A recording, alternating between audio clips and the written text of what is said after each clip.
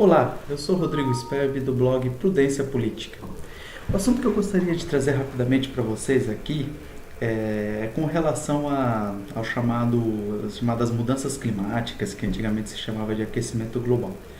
É que eu estive recentemente escutando uma entrevista de um pesquisador brasileiro chamado Antônio Nobre, se não me engano, pesquisador da USP, e ele estava defendendo na entrevista que ele tem pleno direito de fazer, de acordo com os dados que supostamente e os fatos que supostamente ele levanta nas suas pesquisas, é defender essa questão de que realmente nós temos um grande problema aí global, que antes se conhecia de aquecimento por aquecimento global, mas o aquecimento aí não veio, aí então foi se adaptando a terminologia e também as previsões, e agora se fala de um grande sistema de mudanças climáticas globais. Né?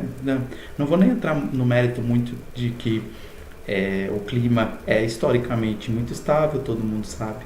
Não vou entrar no mérito de que quando se fala que o aumento do CO2 vai gerar o maior aquecimento da Terra, você está invertendo uma lógica pura e simples da mais básica termodinâmica, onde na verdade é o contrário, o aquecimento da atmosfera que faz com que a atmosfera consiga absorver mais gases, princípio básico de termodinâmica. Quanto maior a temperatura do ar, mais gás ele consegue absorver.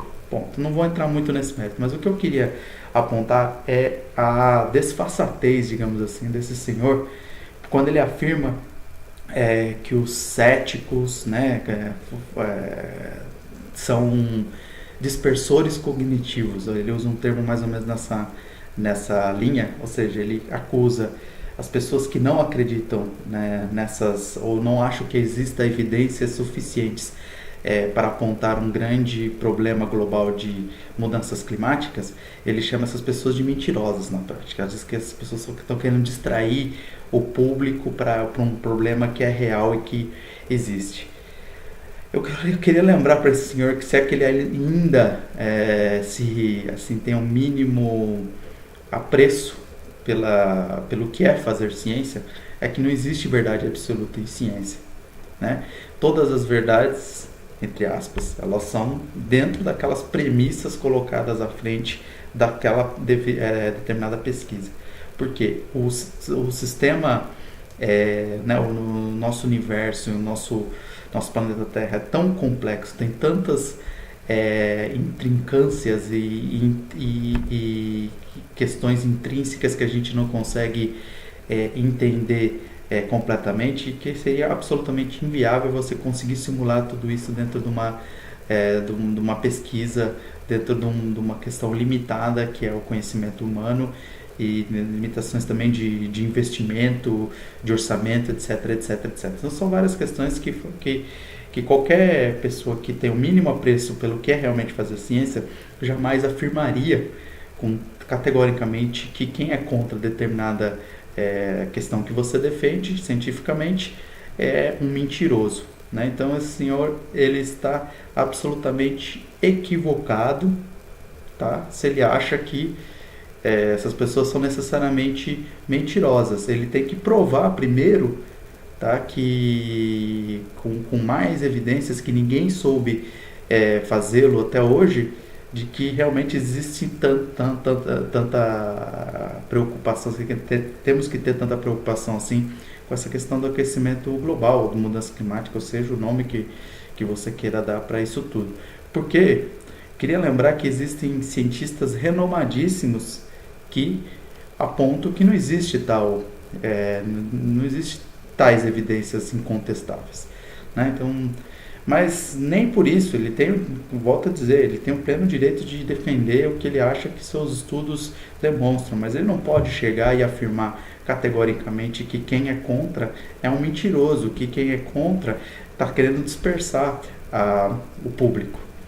E o mais simbólico para mim, quando ele trouxe esse assunto, ele também lembrou da luta anti-tabagismo, que segundo ele teve as mesmas características, tinha também os tais dispersores cognitivos que financiados pela indústria do tabaco, etc, etc, tentando desprovar aquilo que as pesquisas estariam indicando, que o tabaco causa câncer, etc, etc, etc, etc.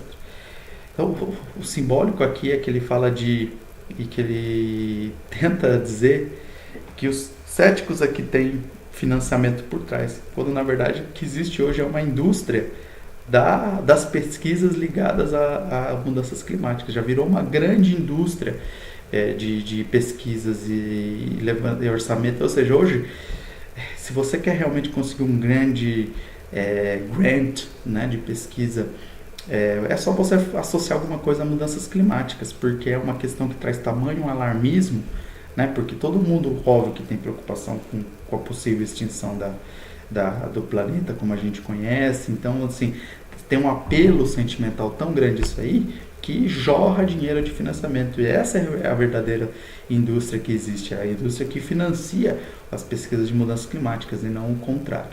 Tá? E é simbólico também que ele usa essa questão do tabaco, que, segundo algumas pessoas defendem também, que não existe também foi mais alarmismo que outra coisa, toda essa questão de que o tabaco necessariamente causa em todas as situações câncer, etc, etc, até porque se conhece vários casos de pessoas que fumam até avançada idade e não tem absolutamente nenhum tipo de problema. É uma questão muito intrincada, é uma questão muito complexa. Eu não vou nem entrar no mérito se é ou não é, se o tabaco faz ou não faz mal, mas há quem diga, né?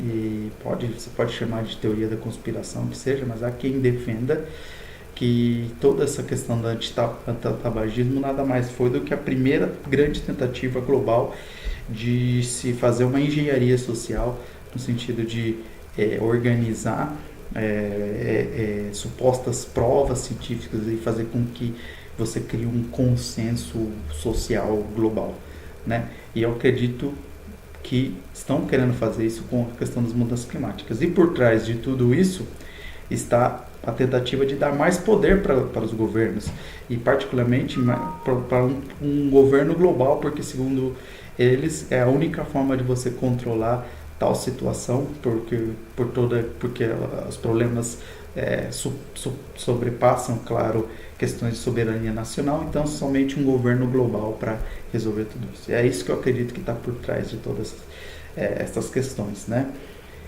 Não que não haja evidência de mudanças climáticas, mas eu volto a repetir, o clima é absolutamente instável em ao largo da história.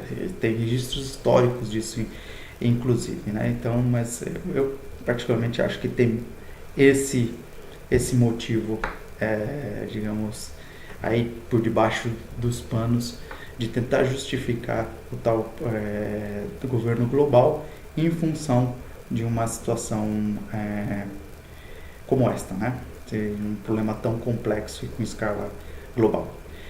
Eu queria só para complementar aqui, deixar claro que eu acho absolutamente no direito, né, de que pessoas tenham um pensamento assim no sentido mais, digamos, conservador, entre aspas, que digam, como a gente não tem evidências suficientes para dizer se está ou não tendo tal problema global, melhor que a gente previna, tente diminuir a quantidade de poluição, porque todo mundo pode beneficiar disso.